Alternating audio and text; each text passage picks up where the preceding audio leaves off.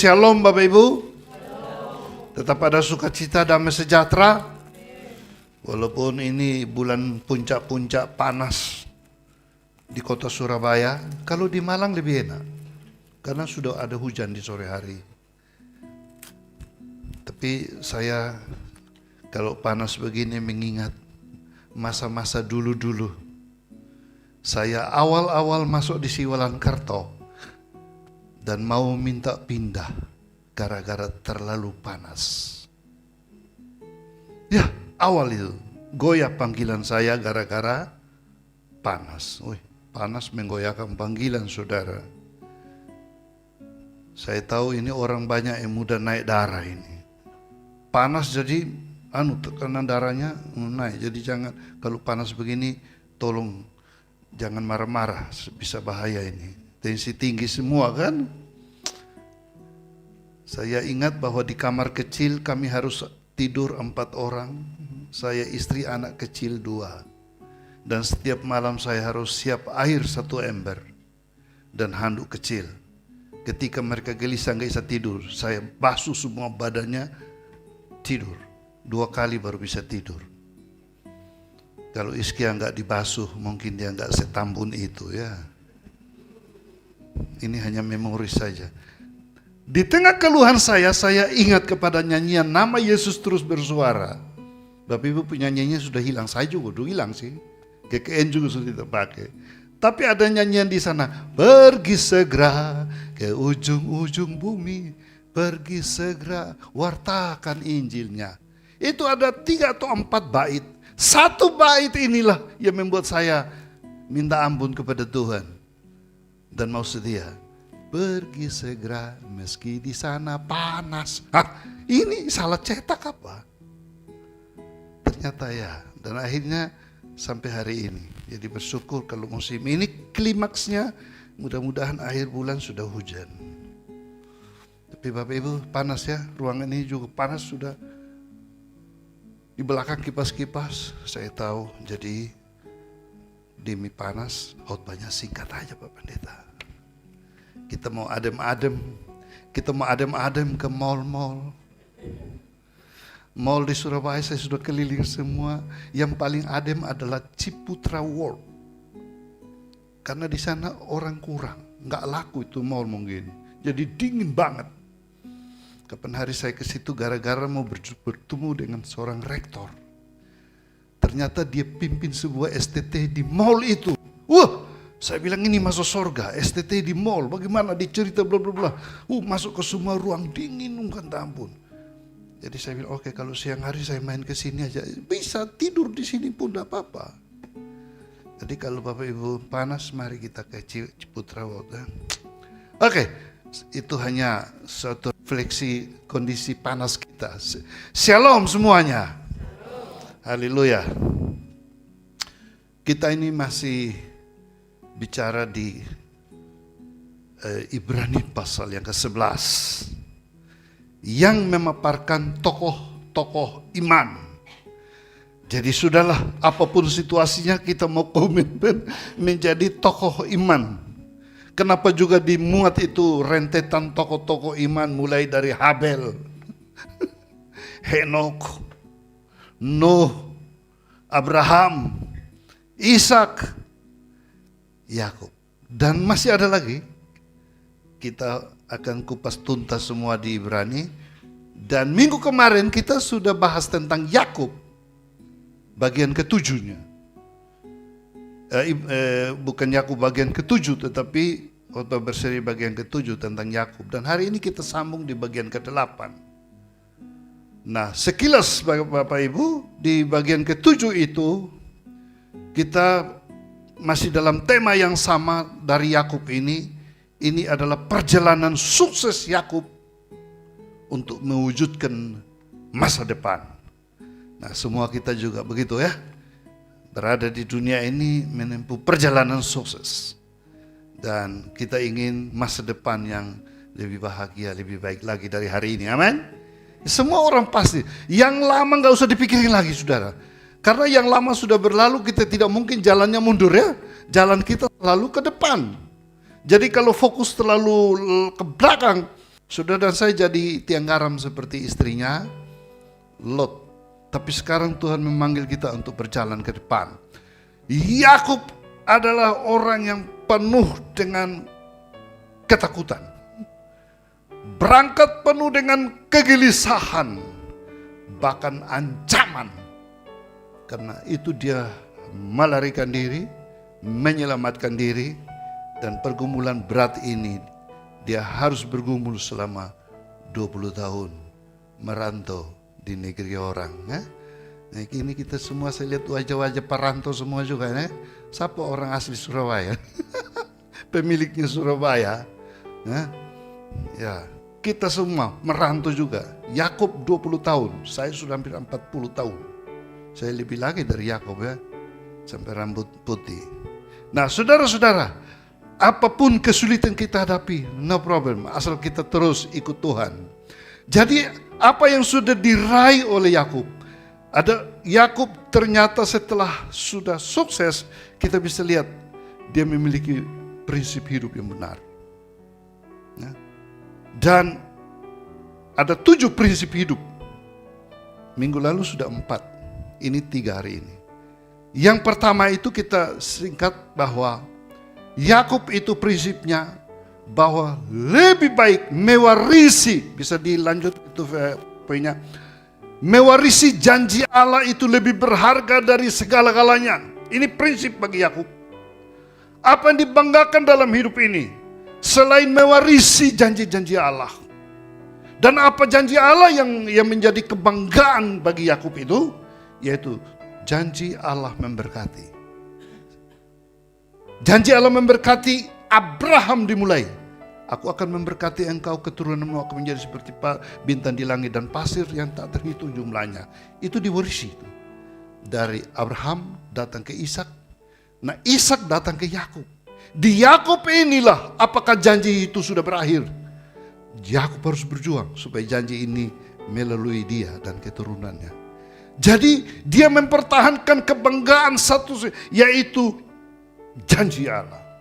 Saya tidak tahu Bapak Ibu dalam hidup ini memperjuangkan hidup ini, apa yang diperjuangkan, apa yang dipertahankan saudara-saudara.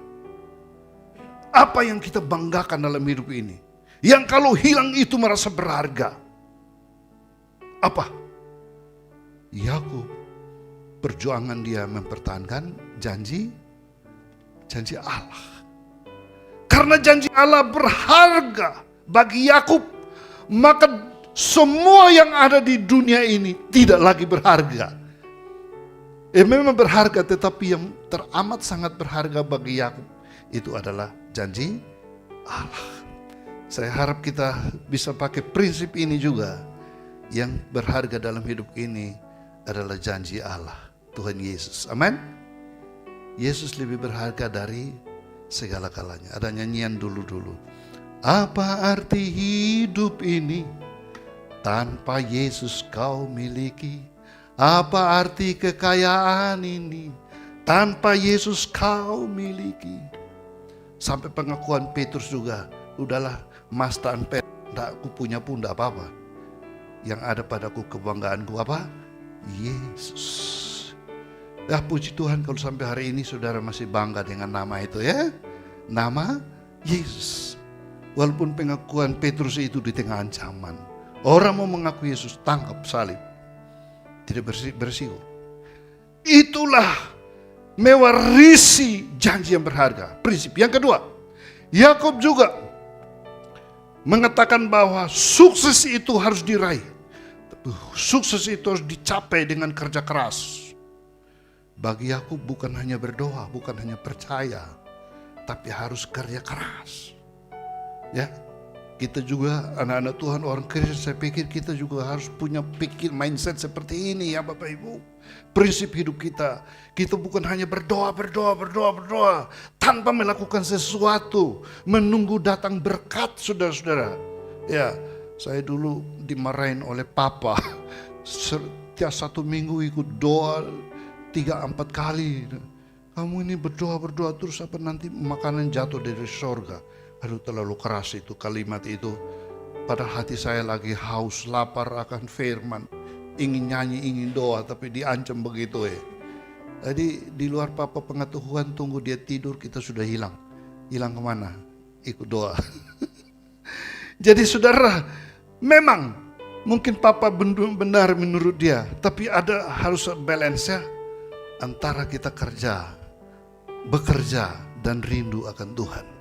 Yakub ini tidak hanya rindu Tuhan, tidak hanya berdoa, tidak hanya beribadah, tetapi dia harus melakukan kerja keras. Nah sekarang dia sebagai perantau, dia sudah lari, yaitu ke rumah omnya Laban, dan di sana dia harus bekerja keras. Dan minggu lalu kita udah bahas ini, berapa lama dia harus kerja kerasnya?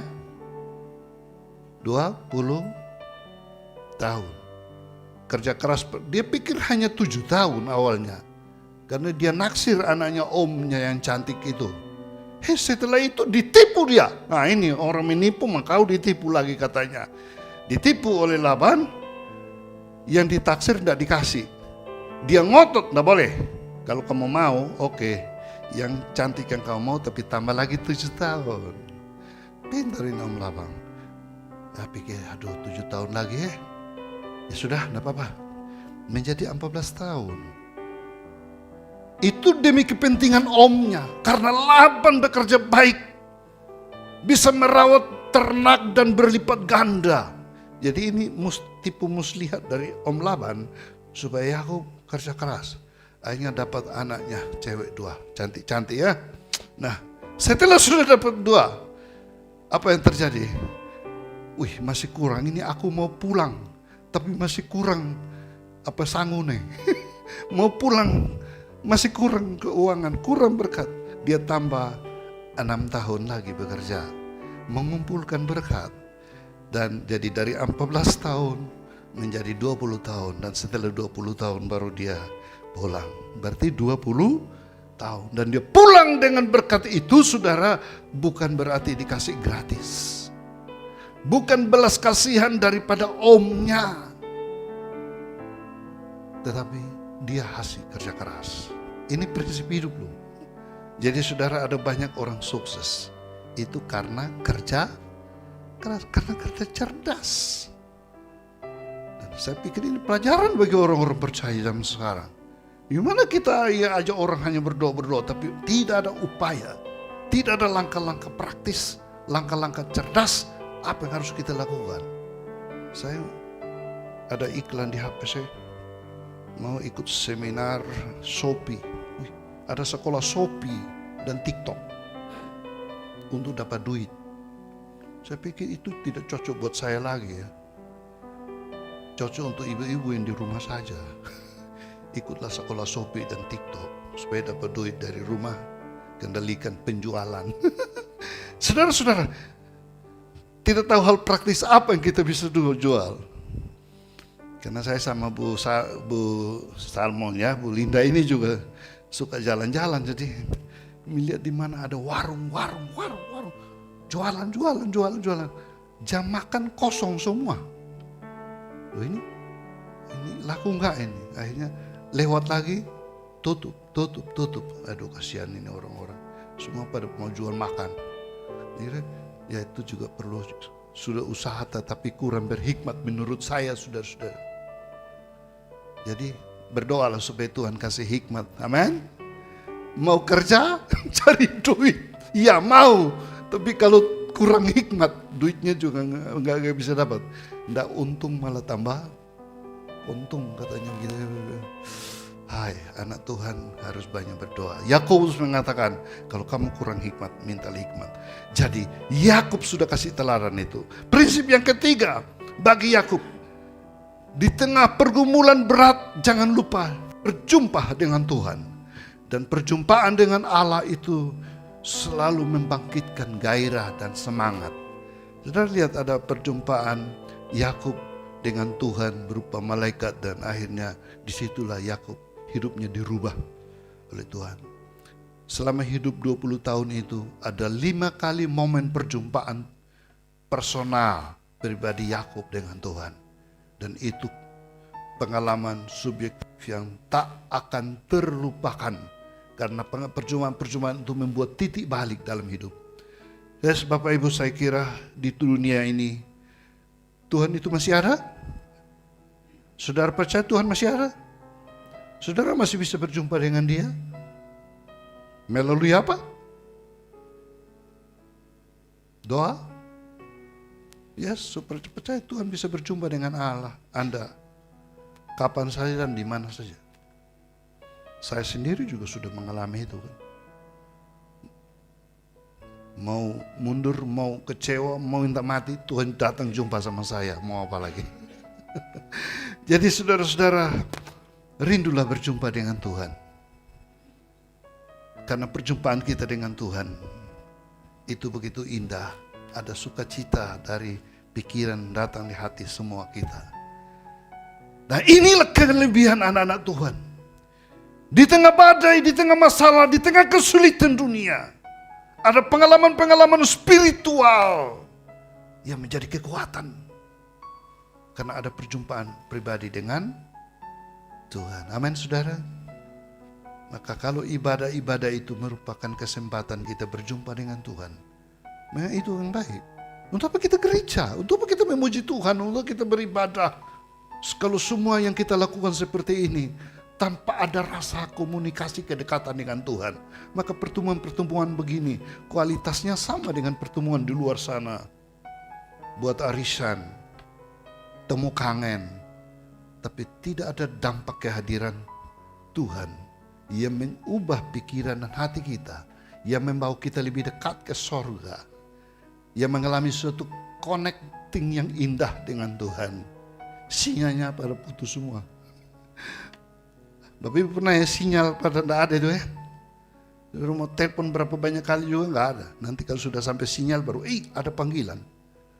Mari saudara, kita rindu ada pengalaman-pengalaman indah di dalam Tuhan. Dan kalau itu terjadi, Bapak Ibu bisa banyak kesaksian hidup yang indah di dalam Tuhan. Kadang-kadang Tuhan punya rencana mau berjumpa dengan kita, Dia kasih masalah. Aneh juga. Tuhan mau jumpa dengan kita dikasih masalah dulu. Waduh, ini yang kita nggak siap, saudara kan? Dan masalah-masalah yang tidak tiba-tiba datang melanda hidup Anda sampai berteriak, kenapa uangku habis? Hah? Kenapa jalanku buntu? Hah? Kenapa aku dibenci semua orang? Kenapa aku ditolak di sana sini? Siapakah aku ini? Kondisi-kondisi semacam itu, kita akhirnya berserah, Tuhan, tolong saya. Jadi saudara, itulah perjumpaan Yakub di masa-masa seperti itu. Nah, yang keempat, prinsip hidup bagi Yakub adalah bagi dia ada masalah, ya dia jalani. Tapi bagi Yakub masalah sebesar apapun pasti ada waktu Tuhan untuk menyelesaikan. Dan kita lihat masalahnya Yakub selesainya berapa lama? 20 tahun. Karena ada kebencian, dia akan dibunuh, dia akan ditolak. Setelah 20 tahun, kalau baca perjumpaan Yakub dengan Esau, dari jauh bagi Esau sudah mengampuni dan sudah lupa. Jadi dari jauh mereka berpelukan dari jauh. Sebuah perjumpaan kakak adik. Perjumpaan kasih, perjumpaan tanpa kebencian. Bapak Ibu kalau lagi musuh sama orang, nggak usah dekat, dari jauh aja udah muak ya kan. Lihat wajahnya, kalau dia lihat sana kita lihat sini kan. Tapi ini tidak, ada penyelesaian. Tunggu waktunya. Mudah-mudahan masalah Bapak Ibu jangan berlarut-larut deh. Sampai 20 tahun terlalu lama juga nih kan. Tapi ada waktu untuk menyelesaikan. Ada segala sesuatu ada waktunya, kata firman Tuhan tuh. Jadi masalah boleh masalah. Tapi bersama Tuhan nanti ada waktu untuk kita juga bisa menyelesaikan. Dengan cara Tuhan, dalam waktu Tuhan yang tepat. Puji Tuhan, kita bisa bersaksi pengalaman-pengalaman kita dalam manajemen masalah, menyelesaikan masalah-masalah hidup kita dengan siapa saja. Ya, aku punya masalah berat, ancamannya nyawa, tapi akhirnya berlalu juga. Prinsip hidup bagi Yakub yang baru sekarang, yang kelima ya, itu 4 sudah berlalu. Yang kelima, selalu membuat komitmen baru setelah ada perjumpaan dengan Tuhan. Bagi Yakub buat komitmen itu penting. Jadi begini Bapak Ibu, Tuhan itu senang kalau kita itu buat komitmen juga. Janji-janji Tuhan itu tidak pernah dibatalkan bagi kita. Tuhan sudah berjanji dan Allah itu setia dengan janjinya. Kita tidak setia, Allah itu setia.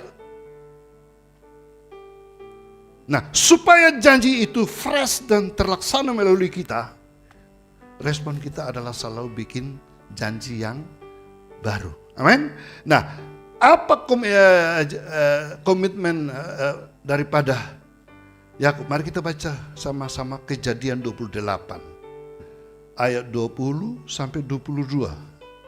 Itu komitmen. Dan bukan kali ini saja. Berkali-kali dia selalu buat janji yang baru. Komitmen yang baru dengan Tuhan lagi. Kemarin sudah gagal, hari ini dia bangkit lagi. Buat komitmen lagi yang baru. Dan ini menarik. Tampilkan Kejadian 28 ya. Kita baca bersama ayat 20 sampai 22. Apa yang menjadi komitmen baru selalu bagi Yakub ini. Ini dia baru mau keluar menuju ke rumah omnya. Dan dalam satu pertemuan dengan Tuhan dan dia bernasar begini. 2, 3. Lalu bernasarlah Yakub. Jika Allah akan menyertai dan akan melindungi aku di jalan yang kutempuh ini, memberikan kepadaku roti untuk dimakan dan pakaian untuk dipakai, sehingga aku selamat kembali ke rumah ayahku, maka aku akan menjadi Allahku, dan batu yang ku dirikan akan menjadi rumah Allah. Dari segala sesuatu yang engkau berikan kepadaku, akan selalu kupersembahkan 1/10 padanya. Nah saudara, itu ada komitmennya. Yang pertama ya, komitmen apa? Mengakui Tuhan itu ditempatkan sebagai Allahnya. Yakub sudah mengenal Allah, sudah tahu Allah, Allah Abraham, Allah Ishak. Tapi pengakuan kali ini beda. Maka Tuhan akan menjadi Allahku. Itu berarti personal, lebih bersifat pribadi. Kalau Tuhan diakui banyak orang, sekarang ini menjadi Tuhanku. Tuhan menjadi Allahku. Penerimaan pribadi penuh-penuh menjadi suatu pengalaman. Saudara. Nah, itu komitmen yang luar biasa ya. Tuhan menjadi Allahku. Yang kedua, komitmennya di dalam komitmen ini menjadikan Betel, itu pertemuan itu Betel di daerah Betel, menjadi tempat ibadah. Dia situ dikata dia akan membangun mesbah di situ. Itu bagi Yakub. Yang ketiga, dia akan memberikan apa? Persembahan persepuluhan dari berkat-berkat yang dia dapat. Dari segala sesuatu yang engkau berikan kepadaku, akan selalu loh, bukan satu kali aja, akan selalu ku persembahkan 1/10 kepadamu. Bagi aku, berkat apapun selalu ada, selalu. Bapak Ibu masih selalu sampai hari ini, amin. Tahun lalu ya sudah diberkati, bulan lalu ya sudah.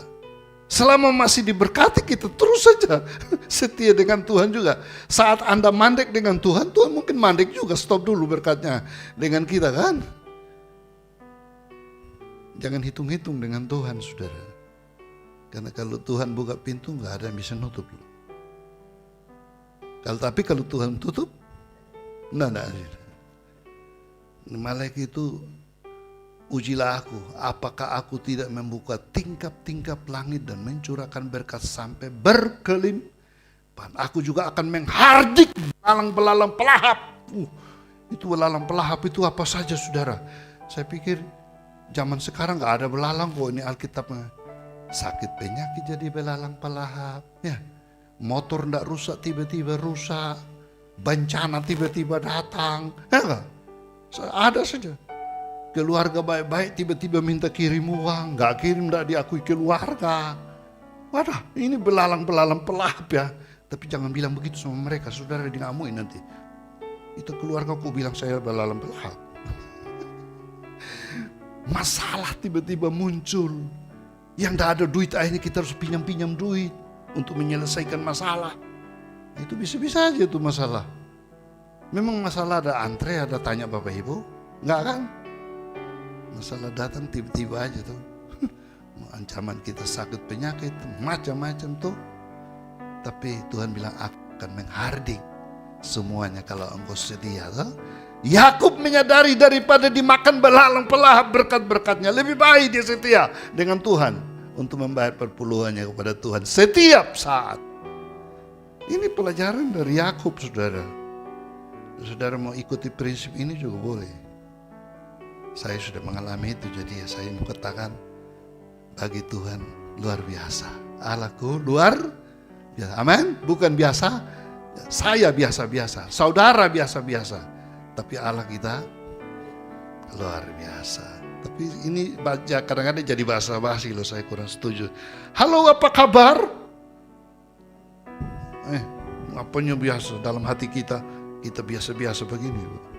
Ya sudahlah, katakan aja lah, luar biasa saja. Walaupun biasa-biasa, luar biasa. Akhirnya sering biasa-biasa, menjadi biasa, akhirnya jadi basa-basi. Tapi tidak apa-apa, Tuhan kita masih luar biasa kok.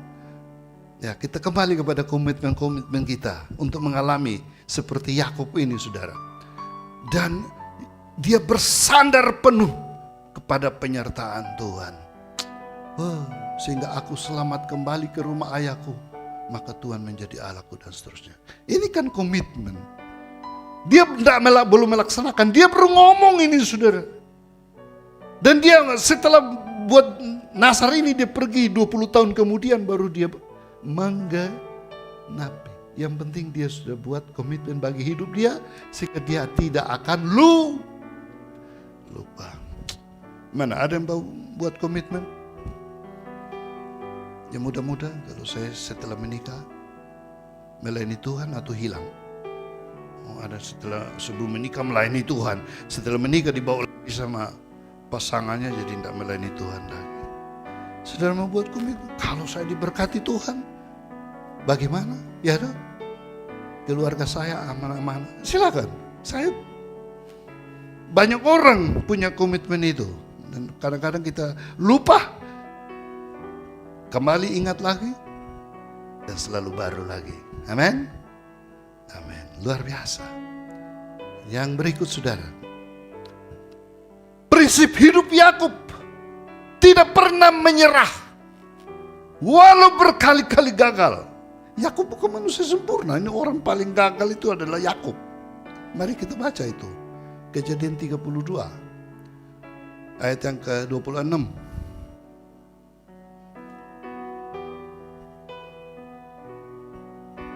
Jangan pernah menyerah. Kejadian 32 itu oke, 26, 23. Lalu kata orang itu, biarkanlah aku pergi, karena fajar telah menyingsing. Saut Yakub, aku tidak akan membiarkan engkau pergi jika engkau tidak memberkati aku. Wih, tidak akan membiarkan pergi kalau tidak berkati. Dia rindu, dia tidak menyerah. Ini dia berjuang melawan malaikat kehadiran Tuhan, dan dia rindu. Jangan pernah menyerah. Dan kita juga begitu.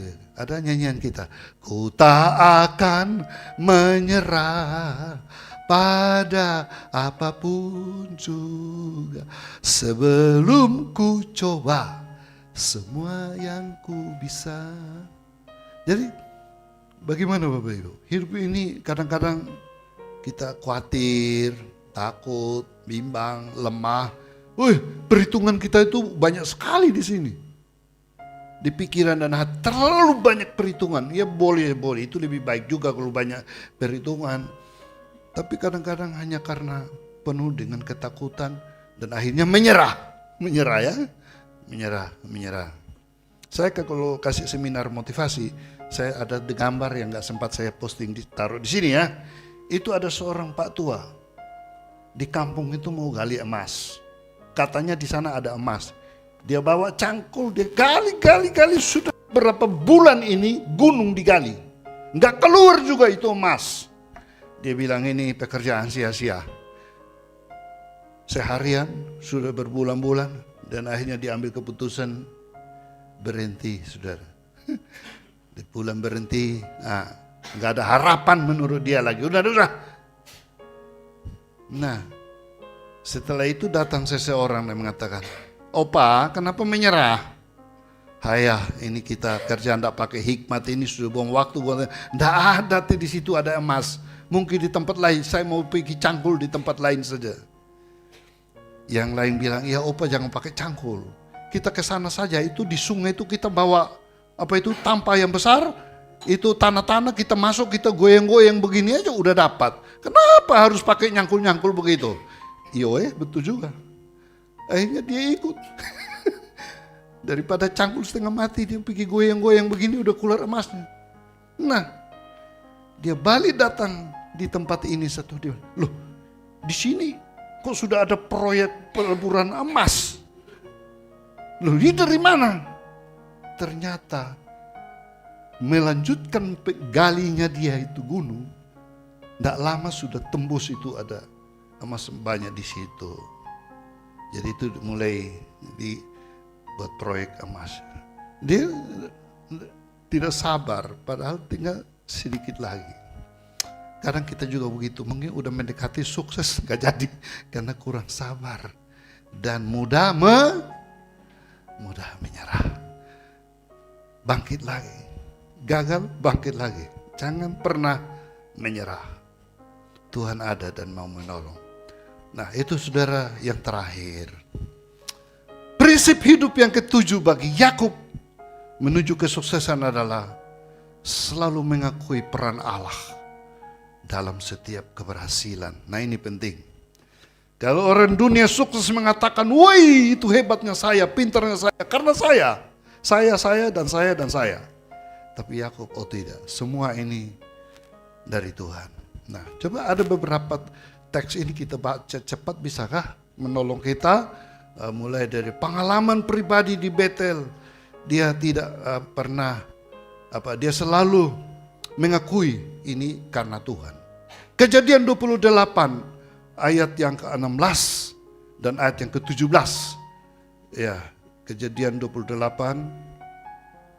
ayat yang ke-16 dan 17. Oke, 23. Ketika Yakub bangun dari tidurnya, berkatalah ia, "Sesungguhnya Tuhan ada di tempat ini dan aku tidak mengetahuinya." Wah, saudara lihat bahwa Yakub punya pengalaman pribadi. Tuhan ada tapi dia tidak tahu. Dan setelah dia tahu, waduh, dia langsung menyembah Tuhan. Jadi saudara-saudara mengakui Allah. Dia ada. Kenapa kita bilang tidak ada gitu kan? Yang berikut di Kejadian 32 ayat 9 dan 10. Tuhan juga menolong. Tuhan selalu menolongku. Nah, Tuhan menolong. Dan juga berkali-kali dia menolong. 32 ayat 9, 23. Kemudian berkatalah Yakub, "Ya Allah nenek moyangku Abraham dan Allah ayahku Ishak, ya Tuhan yang telah berfirman kepadaku, pulanglah ke negerimu serta kepada sanak saudaramu, dan aku akan membuat baik padamu." Ayat 10-nya. "Sekali-kali aku tidak layak untuk menerima segala kasih dan kesetiaan yang engkau tunjukkan kepada hamba-Mu ini. Sebab aku membawa hanya tongkatku ini waktu aku menyeberang sungai Yordan ini. Oh, tapi sekarang telah menjadi 2 pasukan. Yakub ingat 20 tahun yang lalu dia lewat situ hanya bawa apa? Tidak bawa. Tapi sekarang dia lewat lagi dengan 2 pasukan itu. 2 pasukan itu terdiri dari istrinya berapa kemarin? 4. Istri 4 itu. Gimana? Zaman dulu enak, isi bisa sampai 4 ini ya. Kemudian anak berapa? Dia sudah bawa 12 anak itu. Belum lagi pembantu-pembantu dan lain-lain, hamba-hamba. Dan belum lagi ternak-ternak yang begitu limpah. Sampai dia katakan tadi berapa? 2 pasukan. Berkat luar biasa. Jadi selalu mengakui semua yang dicapai ini karena apa? Karena Tuhan yang membuat. Amin saudara. Orang yang menabur dengan mencucurkan air mata, dia akan menuai pulang dengan. Apakah Tuhan sudah bosan memberkati kita? Apa Tuhan sudah bosan menolong kita? Apa Tuhan sudah kasih limit untuk tidak lagi mau menolong saudara dan saya? Ayo, sejauh mana iman Bapak Ibu untuk merindukan pertolongan Tuhan lagi dan lagi. Tangan Tuhan selalu terbuka kan? Yakub mengakui itu. Kalau bukan Tuhan, tidak mungkin seperti ini. Saudara, kita lanjut. Saat dia bicara dengan Laban, Yakub mengakui pertolongan Tuhan. Masih di Kejadian 53 ayat yang ketiga. Kejadian 53, tidak ada, kita lewatkan itu. Saat bicara dengan Laban, Kejadian 32 ayat 42 ayat 42. Kejadian 32 ayat 42. Ayatnya salah, yang ini yang benar.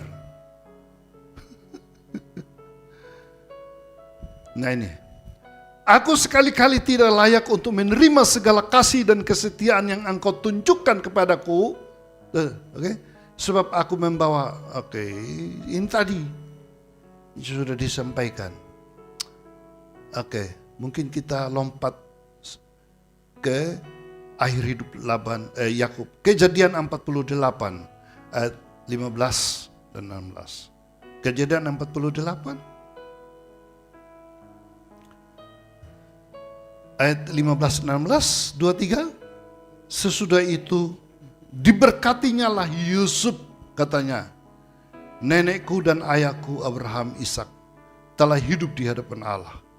Allah itu sebagai Allah yang telah menjadi gembalaku selama hidupku sampai sekarang. Pengakuan Allah sebagai gembala. Dan kita biasa nyanyi dari Mazmur 23. Tuhan adalah gembalaku, takkan kekurangan aku. Ia membaringkan aku di air dan padang yang berumput hijau. Mari kita simpulkan dengan Amsal pasal 3 ayat 5 dan ayat yang ke-6. Untuk mengakui segala-galanya daripada Tuhan, sumber segalanya, bila kita berserah diri dalam pergumulan-pergumulan hidup kita untuk mencapai keberhasilan. Amsal pasal yang ketiga ayat 5 dan 6, 2, 3. Percayalah kepada Tuhan dengan segenap hatimu dan janganlah bersandar kepada pengertianmu sendiri. Akuilah dia dalam segala lakumu, maka ia akan meluruskan jalan. Saudara, itulah 7 prinsip hidup sukses menurut Yakub. Yakub sudah tiada, Alkitab masih ada. Menang ditulis supaya kita yang masih hidup belajar dari Yakub. Allah yang tidak pernah berubah. Allah masih ada. Yakub sudah tiada.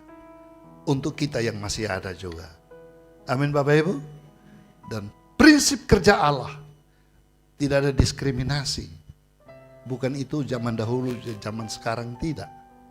Allah yang sama. Maka di dalam doa-doa bangsa-bangsa Israel, 12 suku itu, selalu doanya, di awal doanya, ya Allah Abraham, Allah Ishak, Allah Yakub. Baru mulai Allah kami, dan seterusnya. Sampai hari ini juga di gereja-gereja tua, di daerah-daerah, doa syafaatnya juga masih pakai begitu. Ya Allah Abraham, Allah Ishak, Allah Yakub.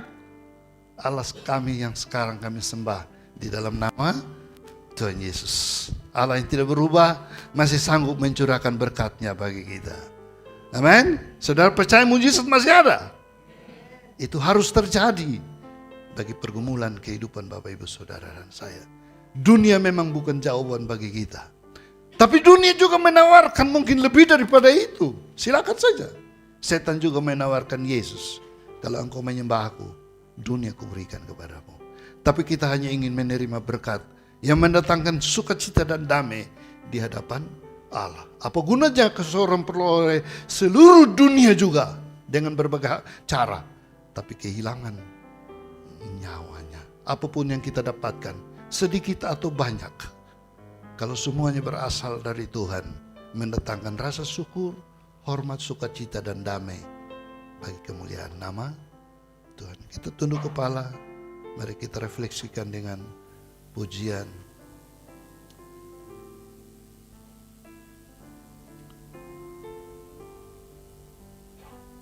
Tuhan Yesus setia. Dia sahabat kita dalam segala suka duka kita. Dia selalu mau menolong dan menghibur kita. Bapak Ibu, mari kita percaya. Dia setia sampai hari ini. Allah setia dengan janji-janjinya. Dia hadir. Mungkin kita katakan dia tidak ada, tapi setelah menyadari dia ada. Dia ada di tengah keluarga kita. Dia ada di tengah rumah tangga kita. Dan percaya dia ada juga di dalam gereja kita. Dia ada bersama dengan Bapak Ibu. Keadaan kadang membuat kita tidak melihat dia, tapi dia ada. Dan dia mau menolong kita. Dia setia. Dia melihat setiap tetesan air mata. Dia mau menghibur, dia mau menolong. Tuhan Yesus itu setia.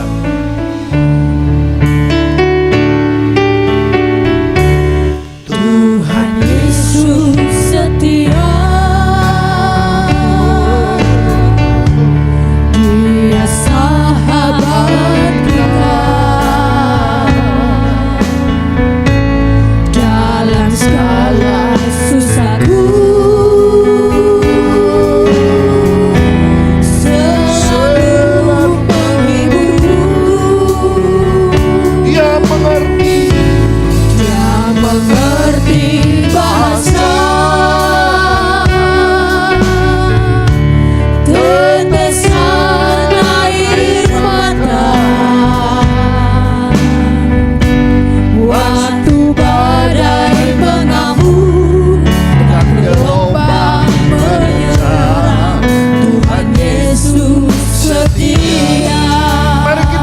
Dia katakan Tuhan Yesus setia. Tuhan Yesus setia. Dia ada di tengah-tengah kita dan dia tahu keadaan kita semua.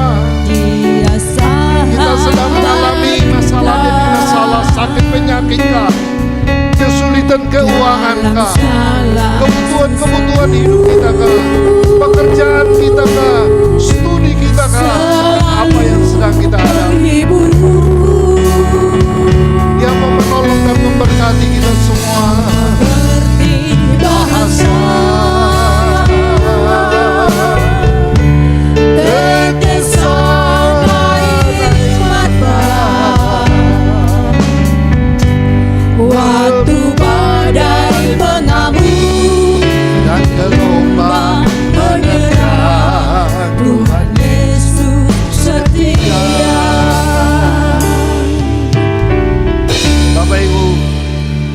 mendengar khotbah tanpa refleksi ke dalam diri kita, itu berita yang hanya dari kuping kiri keluar ke kuping kanan. Saatnya Anda refleksikan. Katakan sesuatu kepada Tuhan dalam doamu. Mungkin berupa ucapan syukur, berupa teriakan minta tolong, berupa keluhan, apa saja. Silakan naikkan dalam doa kesempatan ini. Masing-masing berdoa. Singer musik tetap naikkan pujian ini. Bahwa Tuhan Yesus setia dan Dia dengar doa-doa kita dan Dia mau menjawab itu bagi kita semua. Masing-masing saya beri waktu untuk berdoa. Ceritakan pergumulan kepada Tuhan dengan ucapan syukur dan hormat dan penyerahan. Tuhan begitu setia.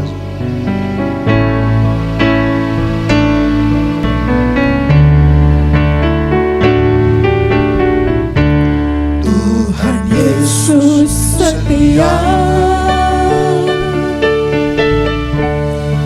Dia sahabat kita dalam segala susahku, Selalu menghiburku.